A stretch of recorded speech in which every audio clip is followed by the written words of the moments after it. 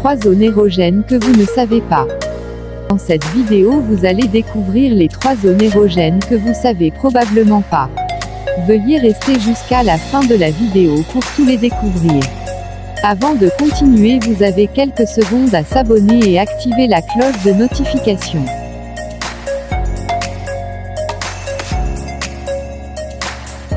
C'est parti. Les zones érogènes, ces zones qui font du bien.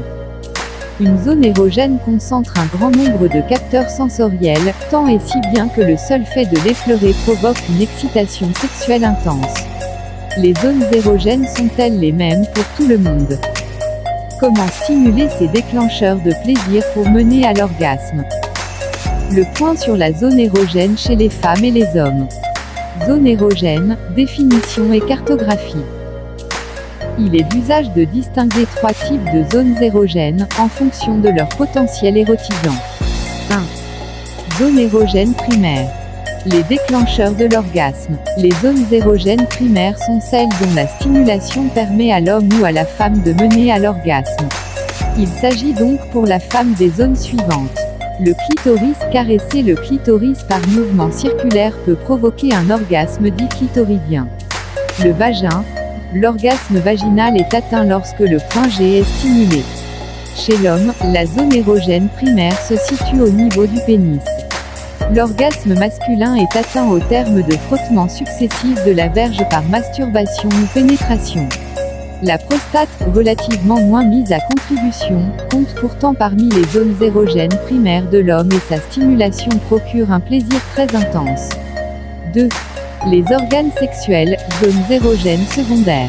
Leur stimulation exclusive ne mène généralement pas à l'orgasme, mais caresser les zones érogènes secondaires pendant les préliminaires puis l'acte sexuel permet de faire monter le désir puis de décupler la jouissance.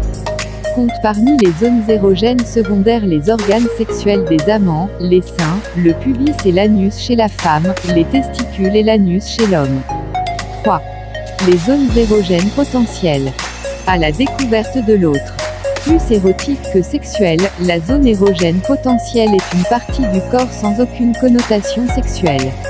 Le lobe de l'oreille, les orteils, le cou ou encore l'arrière du genou, stimulés de la bonne manière, peuvent être une source d'excitation efficace du partenaire, en vue de lui donner envie de sexe. Zone érogène, femmes et hommes sont-ils égaux? En matière de désir et de plaisir sexuel, tous les individus ne sont pas égaux. Si la plupart parviennent à l'orgasme par stimulation de leurs zones érogènes primaires, clitoris et vagin pour la femme, verge pour l'homme, tous ne sont pas enclins à l'excitation et à la jouissance lorsque leur partenaire caresse des zones érogènes secondaires. Ainsi, certains amants refusent catégoriquement d'être touchés au niveau de l'anus. Par exemple, c'est souvent un facteur psychologique qui bloque mais le résultat est le même, l'anus ne peut être considéré comme une zone érogène dans ces conditions. Certaines femmes, de même, sont complexées par leur poitrine, les caresses des seins ne sont alors pas source de plaisir ou d'excitation sexuelle. La zone érogène potentielle, également, diffère selon les individus.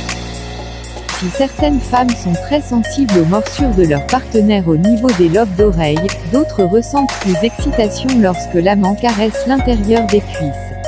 Au couple d'explorer les zones érogènes mutuelles pour parvenir à un plaisir intense. Explorer les zones érogènes du partenaire pour un plaisir décuplé. Pour un orgasme, pour stimuler le désir, faire monter l'excitation ou pour décupler le plaisir, les zones érogènes sont essentielles pour une jouissance sexuelle intense. Savoir bien les explorer est indispensable. Découvrir la zone érogène de prédilection de son partenaire. Pour savoir vers où se diriger, il est important de bien connaître les zones les plus sensibles de son amant. Si la plupart des individus partagent des zones de plaisir communes, une zone érogène peut être particulièrement source de plaisir chez l'un, et rédhibitoire chez l'autre. Pour aller droit au but, les partenaires peuvent communiquer et échanger leurs ressentis, zones qui font du bien. Guider l'autre pour une stimulation efficace. Une fois la zone érogène cartographiée, reste à savoir comment la stimuler. Mordiller, masser, effleurer ou encore lécher, toutes les parties du corps ne se prêtent pas aux mêmes gestes.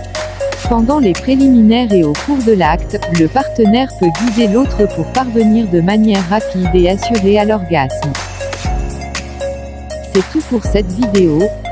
Si vous avez aimé, n'hésitez pas à laisser une pouce bleu pour m'encourager, et abonnez-vous pour ne rien rater de mes prochaines vidéos et on se donne rendez-vous à la semaine prochaine.